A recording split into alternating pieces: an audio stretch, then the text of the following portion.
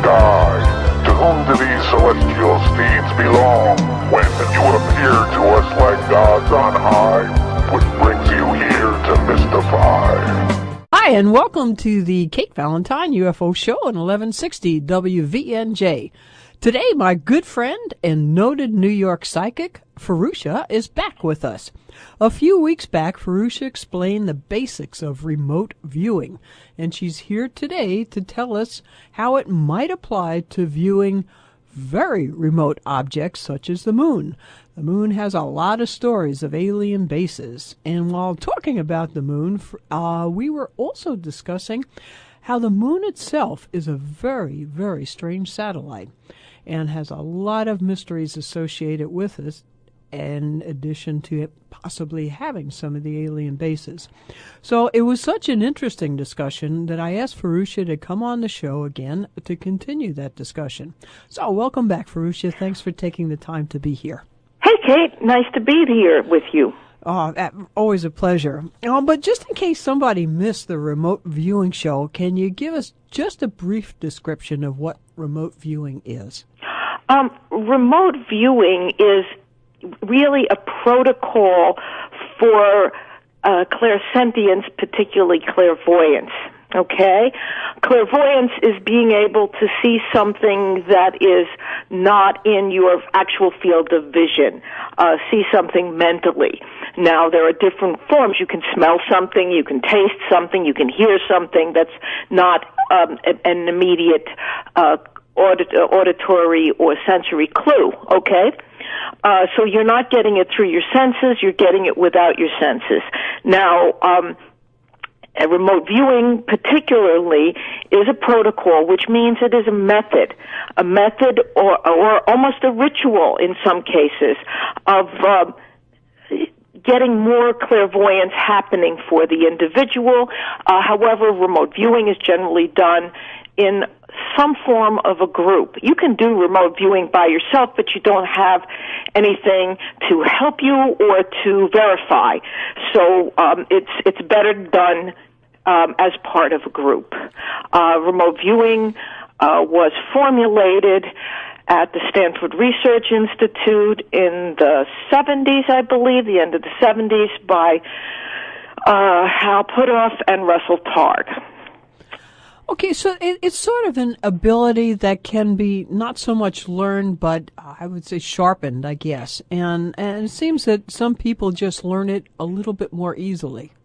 I would agree with that. I think that practice definitely helps. Mm-hmm. I had a blind target the other day that is mailed to me, and people, make comments on it on the internet if they want to. But I just have these blind targets mailed to me, and I focus on them when they come in by email. I just kind of concentrate on it, and this just gives you an example of what it's like. And all I could see was a bunch of colorful balloons against the blue sky. Mm-hmm. And, what that is called an AOL. It means that you've made up your mind about what the thing is before you actually see it, which is probably a bad idea. You're supposed to give characteristics, like I should say color blue, for sky blue color, round objects floating, rather than colorful balloons on a blue sky, because that's naming it, okay? Mm-hmm. And when I clicked on the picture to find out what it was a group of grapes in the upper corner hanging into the blue sky, but it certainly wasn't balloons. But one could say I wasn't exactly wrong, but I had made an analytic overlay in AOL of the viewing target there. Well, I think some people are just sort of naturals on it. And as you mentioned to me, Ingo Swann was one of the first people that just seemed to have this ability. Well, I think that some people are natural psychics, or that their facility for decoding psychic material or remotely viewed objects just comes through a lot more clearly than other folks. However, the first and foremost thing that you have to remember about any kind of ability, psi ability, PSI ability, whether it be remote viewing or any other of a range of things, the first thing that you have to remember is that you have to believe it's possible. Yeah. It's just like, aeronautics. There were years and years and years where many people didn't believe it was possible to fly an airplane. Mm-hmm. And or that to have an airplane be invented or to go into space. Just believed it was impossible. If you believe something is impossible, you can't do it. And in terms of like a lot of the New Age stuff that you find around the bookstores and internet today about intentions and visioneering and envisioning your dreams and so forth, it is a big thing to believe that it's possible to become, say, a United States Senator, let's say. If you don't believe you can ever become a United States Senator, it's darn straight that you won't ever become a United States Senator. And you can just use it on very pragmatic matters like that. Mm-hmm. But if you believe that ESP is impossible, you're not going to experience it most of the time. Okay. Well, I think you're right, because if you think you can't, then you won't. And right. That makes sense. But Ingo Swann seemed to could, and he almost seemed like he was reluctant to accept that. But I looked it up, and it seemed that, one of the interesting questions that one of our listeners brought up about UFOs several shows ago was, well, where did they park?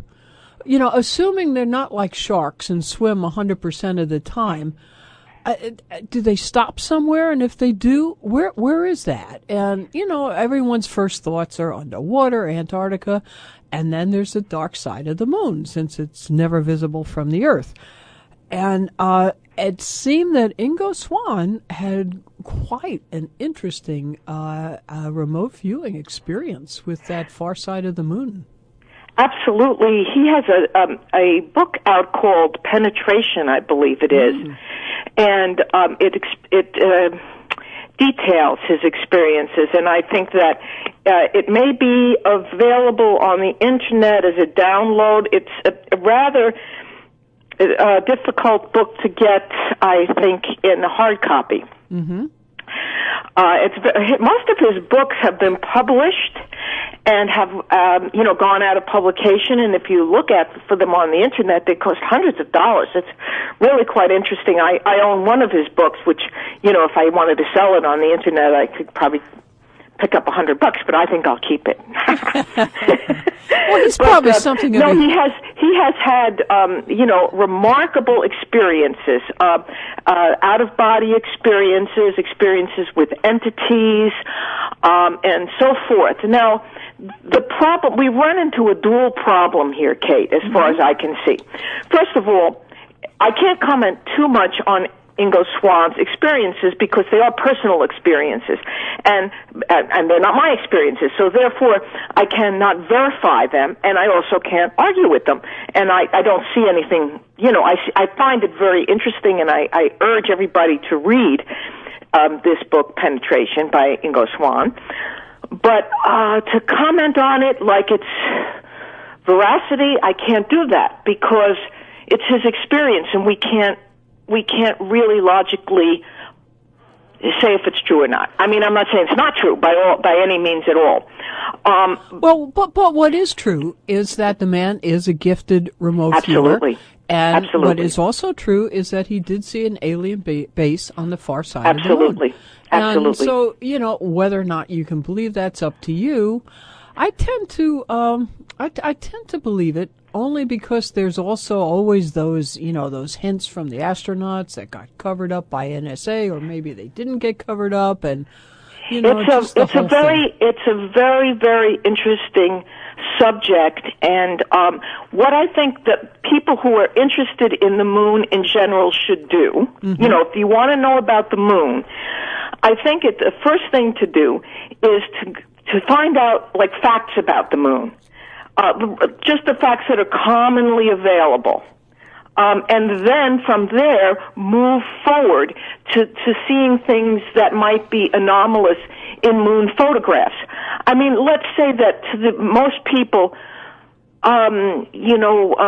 remote viewing the moon is, even if it's possible, it's not probable.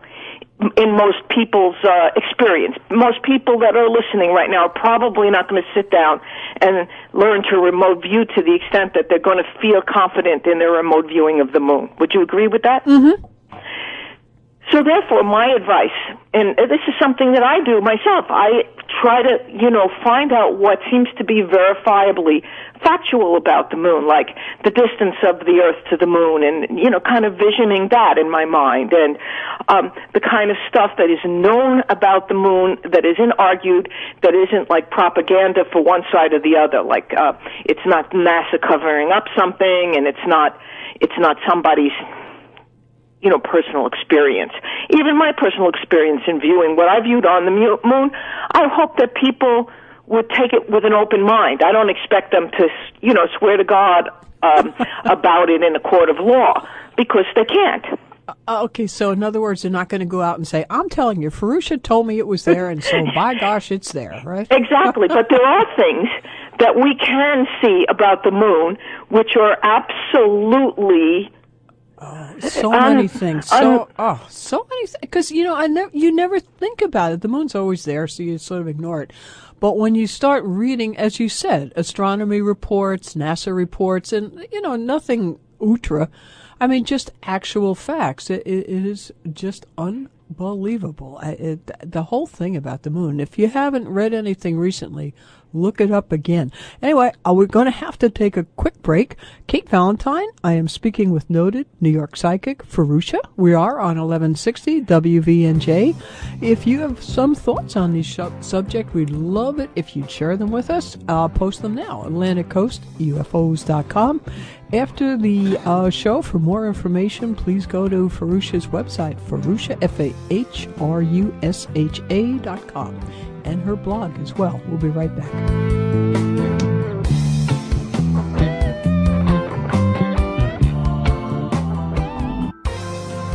Hi, welcome back to the Kate Valentine UFO Show on 1160 WVNJ. Our guest today is noted New York psychic and remote viewer, Farusha. What do you think about all this? Let us know. Place your thoughts now on our website, AtlanticCoastUFOs.com. And Farusha, what's the best way for them to get in touch with you and your website and your blog? Well, my blog is farusha.wordpress.com, and my regular website is FAHRUSHA.com. And they can reach me at Farusha@Farusha.com. So there you have it. Okay. Well, I'll tell you, we were talking about some odd facts about the moon. Indeed. Oh, yeah. And, I was just sort of perusing through the Internet, and I came across this one. In 1953, John O'Neill, an established astronomer and a respected one, observes a 19-kilometer-long bridge straddling the crater Mare Crisium. And following the report of his discovery to the Association of Lunar and Planetary Observers, he was subjected to verbal attacks. 1 month later, British astronomer Dr. H. Wilkins verified the sightings, and since then, they have seen other strange objects photographed. Patrick Moore also, he was another astronomer who also backed up what John O'Neill saw. Basically, what we have here in the history, in a pre-space travel, basically before manned space travel, we have a history since before the discovery of the telescope, but primarily from the time of the discovery of the telescope up until the early 60s, of what is known primarily as transient lunar phenomena. And these are things that have been seen on the moon that disappear frequently. Some of it doesn't, and it is unexplainable. And some of it has been tried to be explained by crater impacts and gassing off beneath the moon. But that is a very hotly debated astronomical subject. Is the moon geologically active? That is not having to do with whether the moon has water or not, because water could be there without any further geological activity. But it's suspected that the moon could be gassing off and causing bright flashes of light and things that have been seen on the moon since the time of the astronomer Herschel, who was another astronomer who kind of almost lost his standing because of what he saw through his telescope. I guess it was about 200 years ago. I'm trying to see the exact date. Yeah, late 1700s. Right. Well, and so much goes on. A friend of mine swears that she saw something fly across the face of the moon. And I said, well, maybe it was a plane going past and you saw it. And she said, no, it was on the moon. Because a plane will go across it and you'll see it, but then it goes right across it. There are fast walkers and something called ELOs that are seen on the moon. And the problem with these things, in terms of really finding out what they are, is that they're not reproducible. You cannot see it again because you want to, if you're filming the moon nonstop, I guess you could play it back, but I don't know if anybody has an active filming, like video filming or digitally filming the moon on a constant basis. Maybe NASA does, but I'm not privileged to that information. Can we talk for a minute about the far side of the moon? Yeah, please. That's the interesting part, sort of. Well, there's a couple of things that we need to look for in photographs. First of all, I was told by another very famous remote viewer that if you know the coordinates of the stuff on the far side of the moon, if you can give out coordinates and you go to JPL, you can request photo images, which you pay, I believe he said this was some years ago, $12 for an image, but that may have changed by now, because originally NASA was supposed to be a non-military branch of the government, and I think officially still it is, which brings up all kinds of other stuff that we probably don't have time to go into today. But the far side of the moon, you supposedly can get pictures from the Jet Propulsion Lab. Okay. And so if you know what coordinates to ask for, you might find some highly anomalous things there.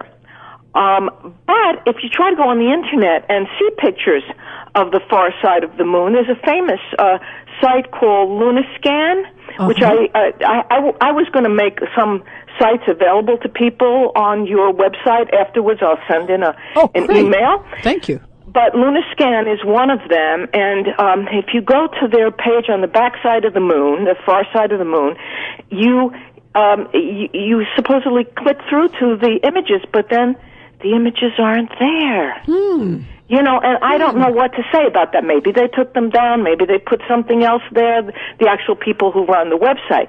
But time and again, you can go out looking for something on the far side of the moon and not find it. Which brings me to one of my bugaboos. One of my bugaboos about the moon is that people refer to the far side of the moon as the dark side of the moon.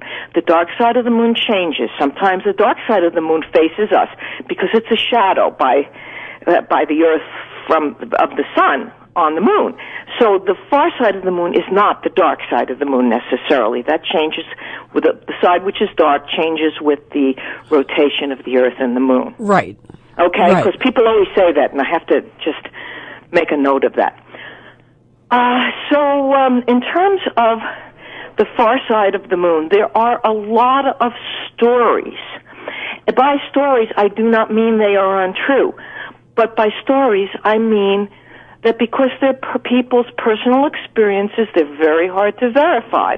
There are stories of a variety of different military personnel being shown things at JPL and then not wanting to look at them and their structures and so forth. There are so many of these stories that one begins to believe that there's something to it. Okay?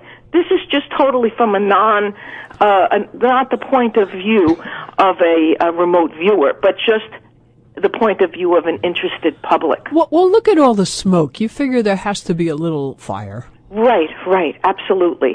And what to look for in a lunar photograph if you happen to get your hands on one, and they're out there, what to look for in a lunar photograph are things that are geometrical, because geometry, precise, like circles and very straight lines and like exact equilateral triangles and things of this nature are generally not found in nature, okay? And the thing that we don't want to get overly excited about is like, say, something that looks like a rabbit on the moon or something that looks like a face, because there's something called pareidolia. The brain tends to take images that kind of look like something we know. It kind of looks like a giraffe, so it must be a giraffe on the moon. Probably not. But nothing is impossible, but, you have to step back when you start to see images of faces and people and so forth. It might not be what you think it is. But straight lines, triangles, architectural features, perfect circles, don't happen that much in nature.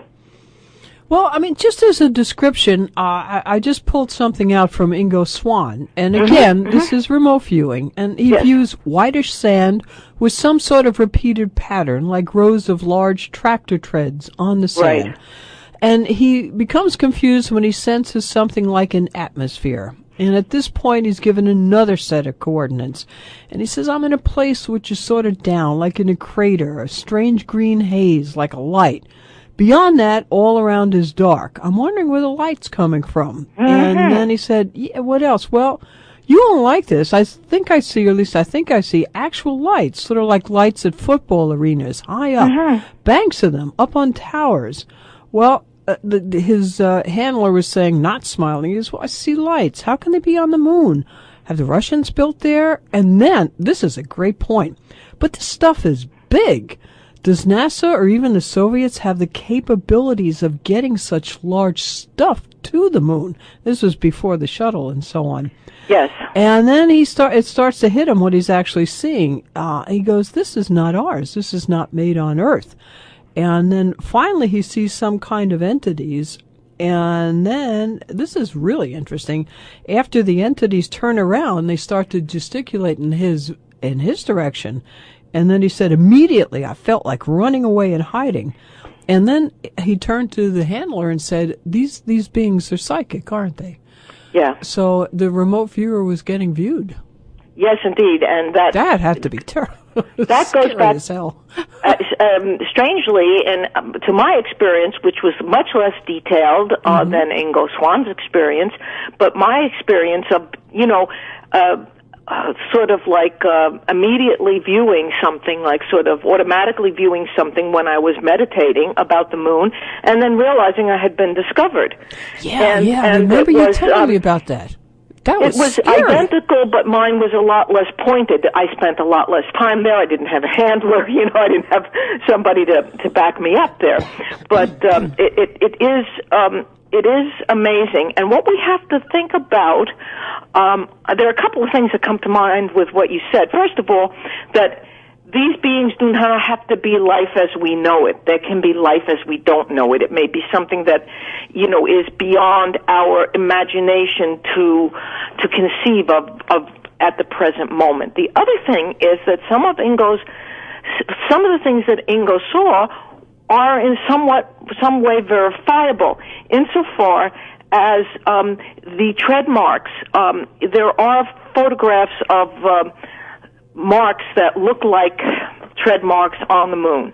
And I have seen those, and I will have to look to see if I can relocate them, but they're absolutely out there for viewing and undoctored photographs. And then there are also statements about photos of astronauts on the moon where illumination seems to be coming from a different source, and that's very argued about. People argue about the veracity of the moon landing. I believe the moon landings happened myself, but there are some photographs that appear to have an outside light source, which is not the sun or Earth reflection. Yeah, I don't know. So I think there's a lot going on up there. And two, I'd like to, we're going to take a quick break again, but you mentioned we should really get into the Grail and the Grail landings and the the fact that the moon may be hollow. I mean, it's really Yeah, fascinating so stuff. there are really anomalous facts about the moon that are just facts, Kate Valentine here. I'm speaking with the noted New York psychic, Farusha. We're on 1160 WVNJ. We'd love to hear your thoughts. Post them now at AtlanticCoastUFOs.com. And after the show, please go to Farusha's website, Farusha, FAHRUSHA.com. We'll be right back.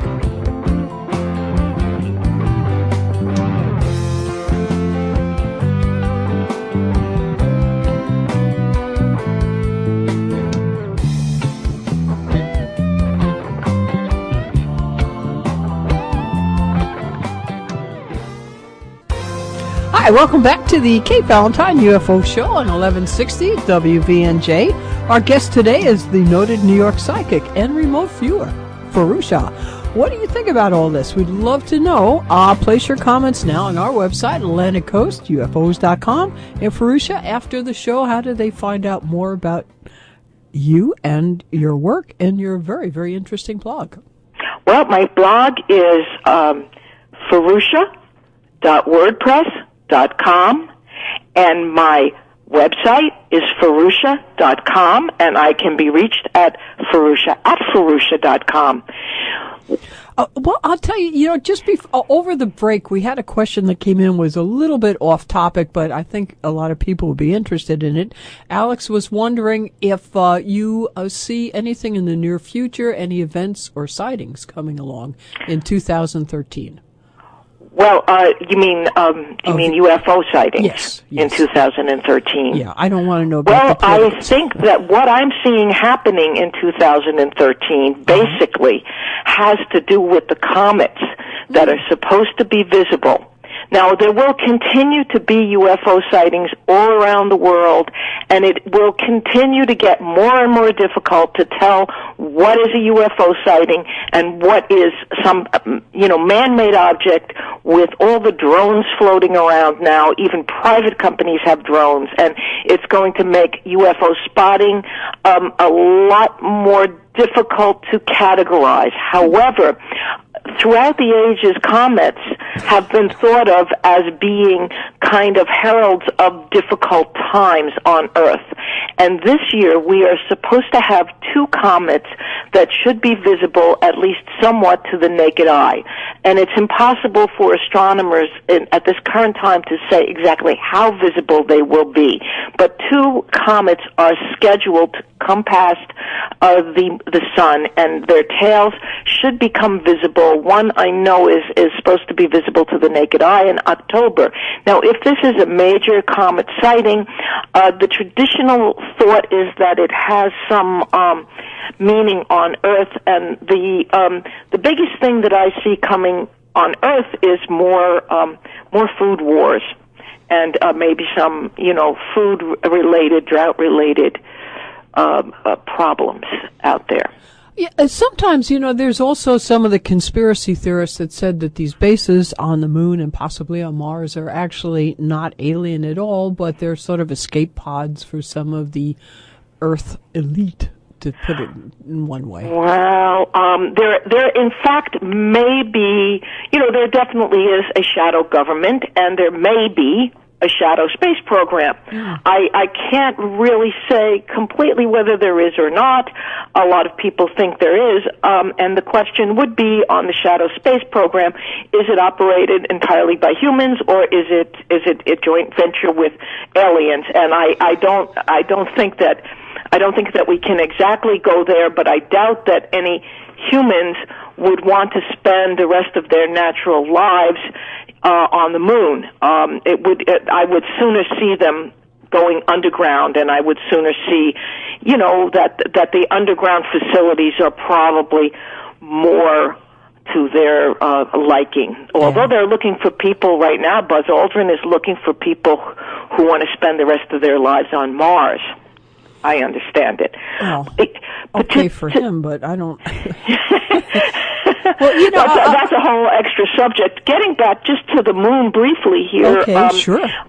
You mentioned your friend seeing something passing over the moon. One would question whether he or she was looking through a telescope. No. And it sounds to me like if she was seeing something other than a satellite or a plane, it would most likely fall under the order of a fast walker, objects moving across the lunar disk, but apparently in space.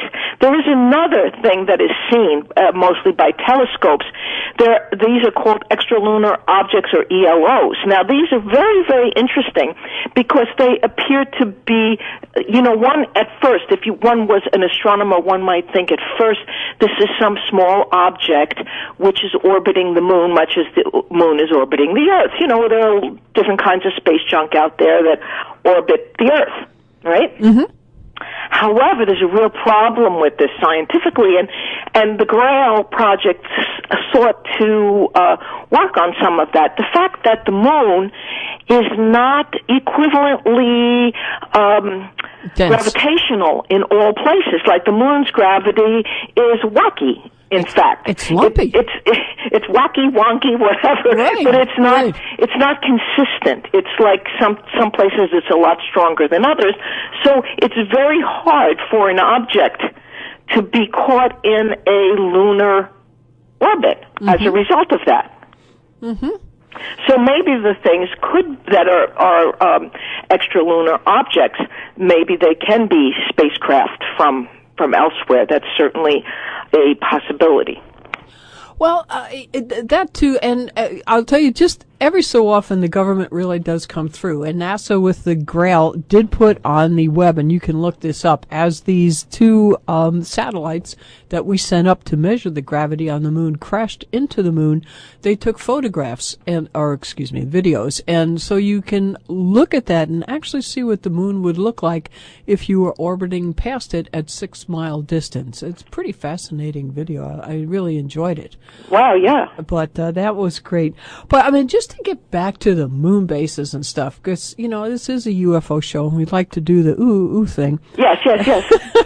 And you talked about Buzz Aldrin, and of course his buddy Neil Armstrong, who recently passed, and who you gave great honor to in your blog. And, well, thank you. Yes, I find all the astronauts incredibly brave people. And deservedly so. He especially.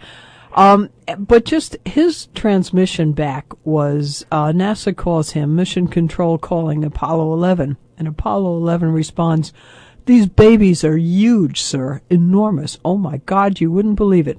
I'm telling you, there are other spacecraft out there. They're lined up on the far side of the crater edge. They're on the moon watching us." Supposedly that transmission was picked up by a ham operator. However, to re-verify it, Maurice Chatelain, who was then the NASA chief of communications, claimed that astronaut Neil Armstrong viewed 2 UFOs resting on the rim of a crater. The encounter was common knowledge in NASA, but nobody has talked about it until now. So, all this smoke, you just really have to suspect fire somewhere. And Neil Armstrong, what always surprised me about him, I mean, probably at the time of the lunar landing, the most famous human on Earth. And then he just goes away and becomes a professor of aeronautics or whatever at the University of Chicago and disappears. And I often wondered what it was that he saw up there.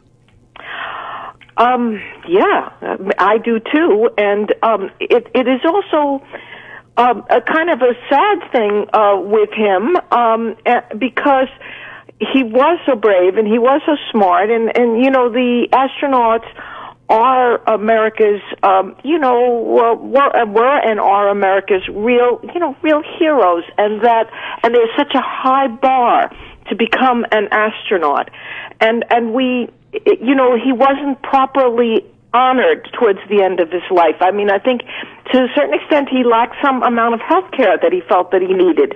And he didn't get the millions of dollars that people in politics often get, let us say, for their contributions supposedly to corporations and so forth afterwards. He was a very humble man. He went back to a very humble life. But I'm saddened that the astronauts, after they retire from space, that they don't have they should have everything and anything they want, basically within reason, in my opinion. Mine too. Kate Valentine, now speaking to Ferruccia. We're on 1160 WVNJ. Yeah, because there really aren't that many of them anyway. I mean, it's now there are. It's a much extended program, but as far as the original astronauts, yeah, they really. I mentioned to you in a phone conversation we had that I never really grasped how frightening it was until I saw there was a movie made. It was a documentary. It was actually sort of a videomentary, whatever they called it, Apollo 19, which was filmed as a documentary, but obviously was fake. And that was supposedly there was another moon shot. And when these guys landed on the moon, there was, as you said, an alien life form. It was in the shape of rocks, and they infected the capsule, and they had to be shot down before they landed back on Earth. That, for some reason, it wasn't done in a really terrifying, old-fashioned sci-fi way, but it was extremely scary, and it really made the point. These men had absolutely no idea what they were stepping off into. It is an alien surface. The moon it's our closest neighbor, but it is not the Earth, and it's a whole lot. It's very far away in terms of the. Help. It's no cell towers. 238,000 miles away. Yeah. And the Earth is 8,000 miles in diameter. So just think about that comparison for a second. I went down to the Kennedy Space Center, and I got into one of the early capsules that the astronauts went around the Earth in. You can actually get into it. And honey, it's a tin can, I know. It is actually, it's like being in an oversized tin can. It's not big at all. And of course, it's not made of tin. It's a steel, titanium reinforced thing. But it's still, the outer edge of it is not very thick. Mm-mm. And you're in space. You're miles above the Earth in space in a can. Come on. You got to be incredibly brave, and just to keep your mind straight under such duress. It's an amazing feat that cannot be underestimated. And I'm so angry when I hear people on TV or on the internet, say detrimental things about astronauts, and they have no idea. Mm-hmm. They have no idea, and it's so foolish. Mm-hmm. I have to agree with you. I really do. Dale wrote in too. He was wondering if we'd be able to photograph the far side of the moon, and yes. He was wondering if that's been done. But yes, that has been done many times. It has been done, and like I said, all those pictures are at JPL, the Jet Propulsion Lab, out in, I guess it's near Van Nuys in California. And you can order pictures of the far side of the moon. In fact, if you go to the Lunascan website, you can see the large picture of the far side of the moon, which is a composite image. And then there are places where you supposedly can click on it, and you will get taken down to a closer image. But most unfortunately, that appears to be broken. And I have no comment on that, only to mention that I've been out there trying to look at close-up images of the far side of the moon with lack of results. Though I'm certain they're out there, and maybe people can send in their pictures of such. But there are a few good websites out there that are non-governmental websites, and they have photos of the moon and look at moon anomalies in a way that's very open-minded, but not just fantasy. All right, And I want to just mention 2 or 3 of them, Sure. if you don't mind. Yeah, no, because it's... One of them is this lunar scan. The other one is called MarsAnomalyResearch.com, and that's from J.P. Skipper. That we have the Cavaness Report, www.cavanessreport.com, and he has a large variety of paranormal phenomena listed there, but he has a very open-minded look at the moon and the moon sightings. And of course, locally we have Ken Pfeiffer and George Filer. Ken Pfeiffer has worldufophotos.org, and he has a gallery called Ken's Discovery, that discoveries and info, and that takes pictures from the moon and makes circles around things that he feels might be anomalous, Mm-hmm. And I don't think that he's doctored the photos, though some of the pictures, might have some other explanations, but he's made an honest attempt to look at photographs from around the moon and find things that he feels are anomalous. So I'll make a listing of those and post them later today on your Kate Valentine UFO Show website, if I may. Well, thank you so much. That's very kind. I really appreciate it. And we're just going to take yet another commercial break. Kate Valentine speaking with the very noted New York psychic, Farusha, Fahrusha, on 1160 WVNJ. We'll be right back. If you have any comments or questions, post them now. The website is AtlanticCoastUFOs.com. Be right back.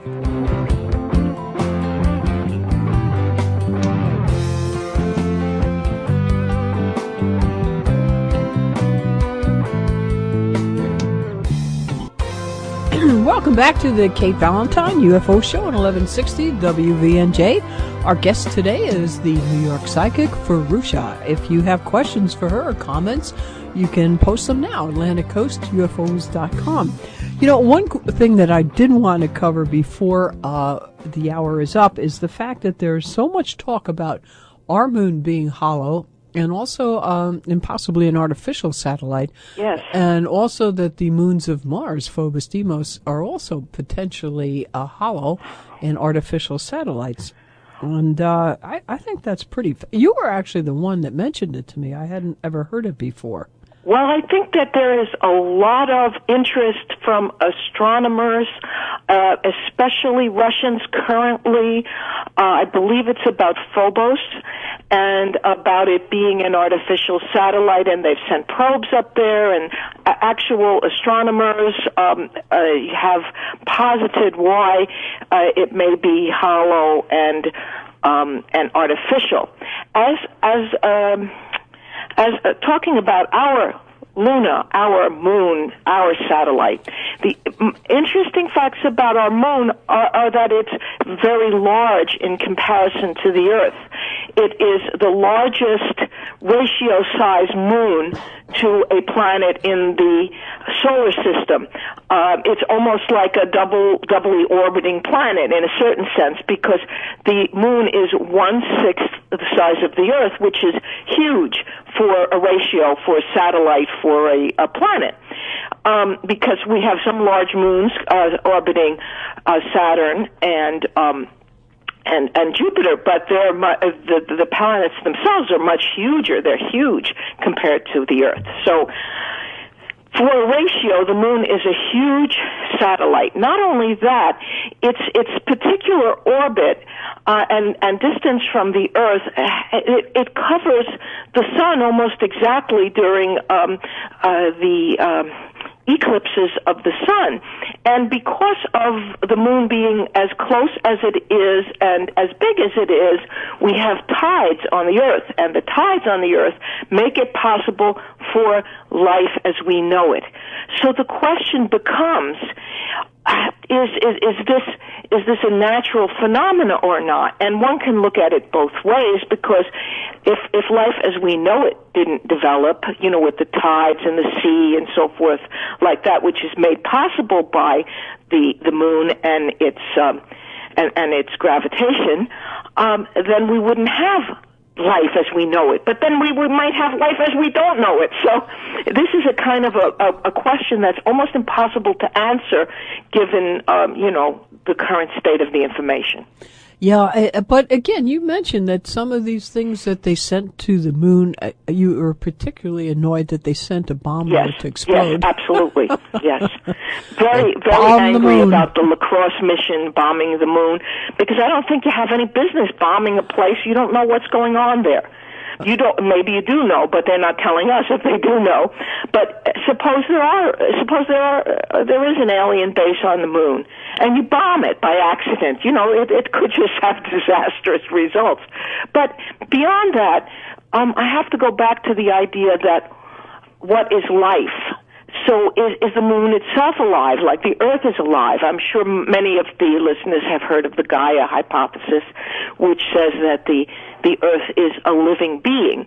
By that I don't mean breathing, but living in a sentient manner, like having consciousness as living. And in that sense, the moon can have consciousness too. The heavenly bodies, the sun, the moon, they can all have a form of consciousness, which is not to say, they grow like plants or rabbits, all right? Mm-hmm. But that they have consciousness and therefore are on some level alive. And do you go out, the people go out and bomb all kinds of things that they shouldn't be bombing. And one thing for sure you shouldn't be bombing is something you don't know what it is. Why bomb it? Just shows others out there what a violent group of angry, apes we are. Just fell out of the trees and beating each other up like crazy. And now we want to go out and beat up the aliens. I don't know. Well, speaking of the aliens, certainly the talk of the reason that the Apollo missions did not continue is that we were warned off the moon and told not to go back there.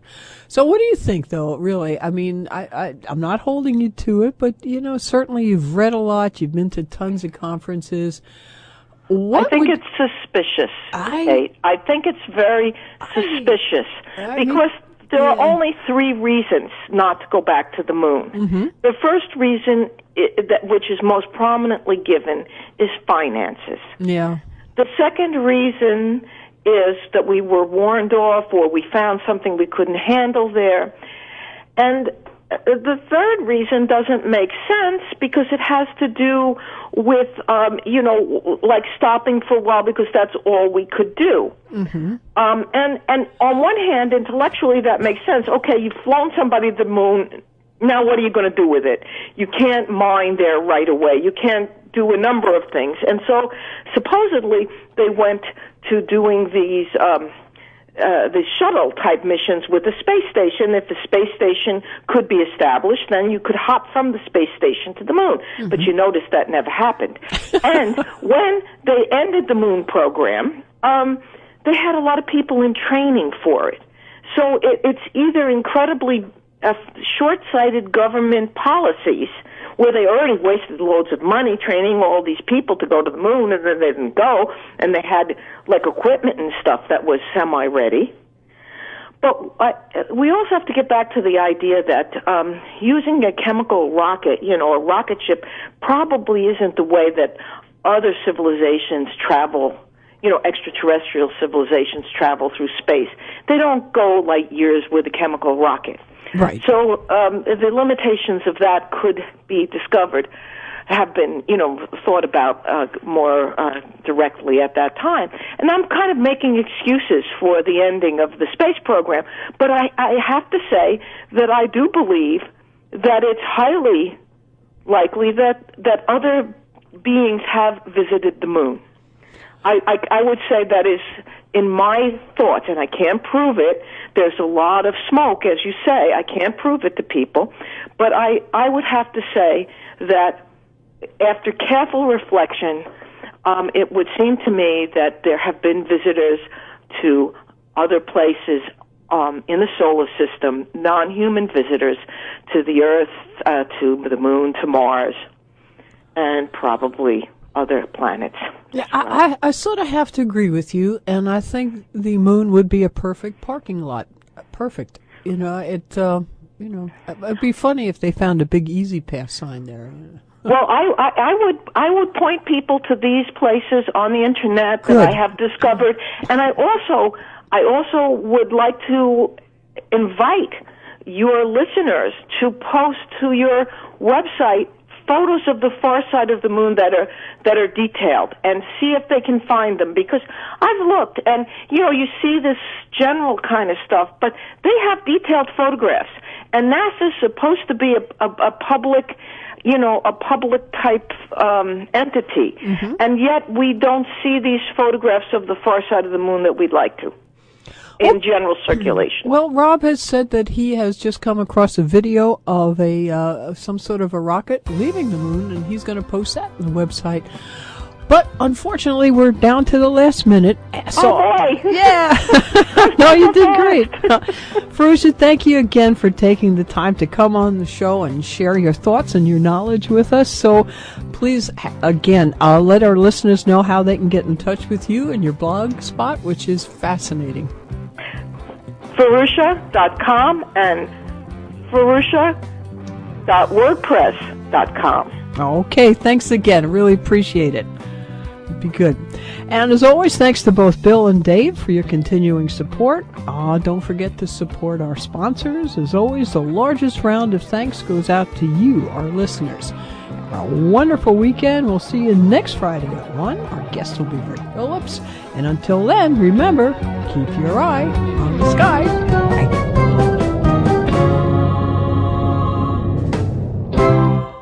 Which is probably a bad idea. You're supposed to give characteristics, like I should say color blue, for sky blue color, round objects floating, rather than colorful balloons on a blue sky, because that's naming it, okay?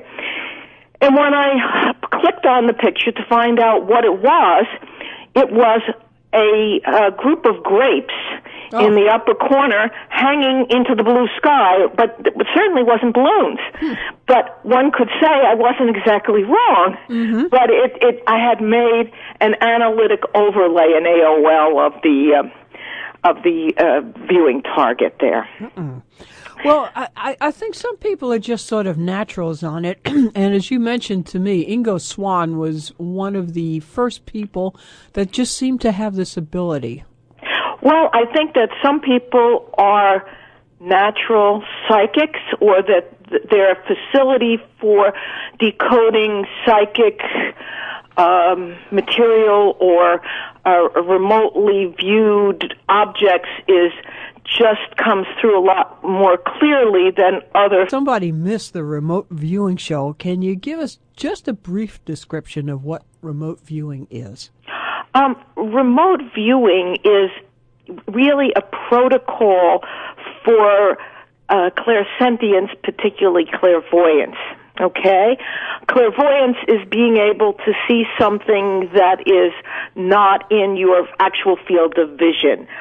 See something mentally. Now, there are different forms. You can smell something, you can taste something, you can hear something that's not an immediate auditory or sensory clue, okay? So you're not getting it through your senses, you're getting it without your senses. Now, remote viewing particularly is a protocol, which means it is a method or almost a ritual in some cases of getting more clairvoyance happening for the individual. However, remote viewing is generally done in some form of a group. You can do remote viewing by yourself, but you don't have anything to help you or to verify. So it's better done as part of a group. Remote viewing was formulated at the Stanford Research Institute in the 70s, I believe, the end of the 70s, by Hal Puthoff and Russell Targ. Okay, so it's sort of an ability that can be not so much learned, but I would say sharpened, I guess. And it seems that some people just learn it a little bit more easily. I would agree with that. I think that practice definitely helps. I had a blind target the other day that is mailed to me, and people, make comments on it on the internet if they want to. But I just have these blind targets mailed to me, and I focus on them when they come in by email. I just kind of concentrate on it, and this just gives you an example of what it's like. And all I could see was a bunch of colorful balloons against the blue sky. And, what that is called an AOL. It means that you've made up your mind about what the thing is before you actually see it. Mighty phantoms of the evening sky, to whom do these celestial steeds belong, when you appear to us like gods on high, which brings you here to mystify. Hi, and welcome to the Kate Valentine UFO Show on 1160 WVNJ. Today, my good friend and noted New York psychic, Farusha, is back with us. A few weeks back, Farusha explained the basics of remote viewing, and she's here today to tell us how it might apply to viewing very remote objects such as the moon. The moon has a lot of stories of alien bases, and while talking about the moon, we were also discussing how the moon itself is a very, very strange satellite and has a lot of mysteries associated with it, in addition to it possibly having some of the alien bases. So it was such an interesting discussion that I asked Farusha to come on the show again to continue that discussion. So welcome back, Farusha. Thanks for taking the time to be here. Hey, Kate. Nice to be here with you. Oh, always a pleasure. But just in case, folks. However, the first and foremost thing that you have to remember about any kind of ability, psi ability, PSI ability, whether it be remote viewing or any other of a range of things, the first thing that you have to remember is that you have to believe it's possible. Yeah. It's just like, aeronautics. There were years and years and years where many people didn't believe it was possible to fly an airplane. And or that to have an airplane be invented or to go into space. Just believed it was impossible. If you believe something is impossible, you can't do it. And in terms of like a lot of the new age stuff that you find around the bookstores and internet today about intentions and visioneering and visioning your dreams and so forth, it is a big thing to believe that it's possible to become, say, a United States Senator, let's say. If you don't believe you can ever become a United States Senator, is it darn straight that you won't ever become a United States Senator. And you can just use it on very pragmatic matters like that. But if you believe that ESP is impossible, you're